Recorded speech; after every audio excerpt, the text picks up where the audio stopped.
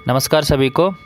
आज की वीडियो में हम बात करेंगे आखिर ब्रह्मा जी की पूजा जगत में क्यों नहीं होती है। ना ही आपको ब्रह्मा जी का कोई मंदिर मिलेगा और ना ही किसी मंदिर में आपको ब्रह्मा जी की मूर्ति दिखाई देगी अलग से। आखिर क्या कारण है?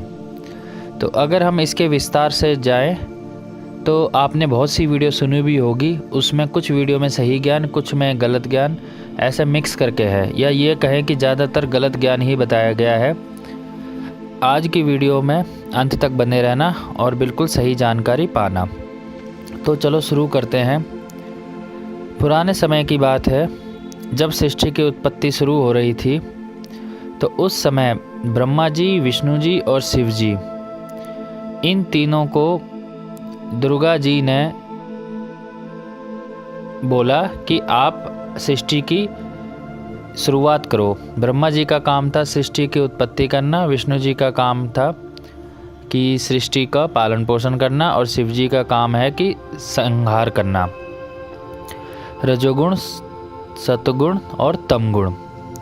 तो इन्हीं के तहत जब ब्रह्मा जी को ये कार्यभार सौंपा गया तो ब्रह्मा जी ने वेदों में पढ़ लिया था कि परमात्मा साकार है और परमात्मा को देखा जा सकता है, जबकि दुर्गा जी ने ब्रह्मा जी को बताया था कि परमात्मा निराकार है और परमात्मा को देखा नहीं जा सकता। तो ब्रह्मा जी ने जब वेदों में पढ़ा तो उसके बाद उन्होंने यह बात ठान ली कि मैं परमात्मा को पाके रहूँगा, क्योंकि वेदों में लिखा है। तो ब्रह्मा जी ने घोर तप किया, लेकिन उनको परमात्मा के दर्शन नहीं हुए। उसके बाद जब दुर्गा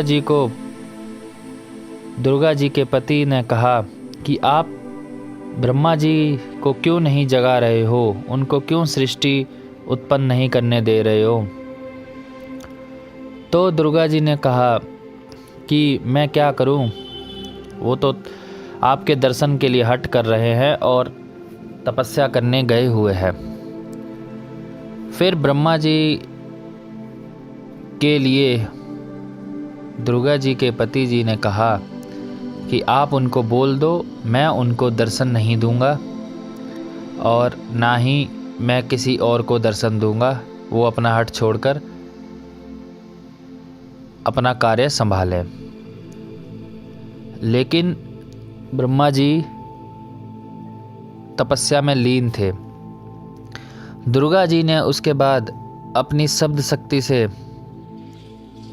गायत्री की उत्पत्ति की, एक लड़की जिसका नाम गायत्री रखा की उत्पत्ति की, और उस लड़की को कहा कि आप ब्रह्मा जी को बुला कर लाओ, और वो वैसे नहीं जगेंगे, उनके पैर चरण स्पर्श कर लेना, उसके बाद वो जग जाएंगे, उनकी समाधि खुल जाएगी। गायत्री जी ने ऐसा ही किया। ब्रह्मा जी की जैसे ही तपस्या भंग हुई तो उन्होंने उठते ही कहा कि तू कौन है जो मेरी तपस्या भंग कर दी। तब उसके बाद गायत्री जी ने कहा कि मेरे को माँ ने भेजा है और आपको तपस्या से जगाना था। तो ब्रह्मा जी ने कहा कि मैं अपनी माँ को वचन देकर आया था कि या तो मैं अपना मुख नहीं दिखाऊंगा, नहीं तो मैं पिताजी के दर्शन करके ही आऊँगा। अब मैं किस मुंह से जाऊँ? फिर ब्रह्मा जी ने एक युक्ति सूझी कि क्यों ना गायत्री तुम मेरी झूठी गवाही दे देना, जिस कारण से मैं माता जी के पास जा सकता हूँ। आपको सिर्फ इतना बोलना है कि हाँ, मुझे पिताजी के दर्शन हुए हैं। गायत्री जी ने मन में सोचा, अगर मैं झूठी गवाही दे दूं और वहाँ जाके ब्रह्मा जी अपनी बात से पलट जाए तो फिर मेरे साथ तो धोखा हो जाएगा, क्यों ना इनका ही धम भ्रष्ट कर दूं।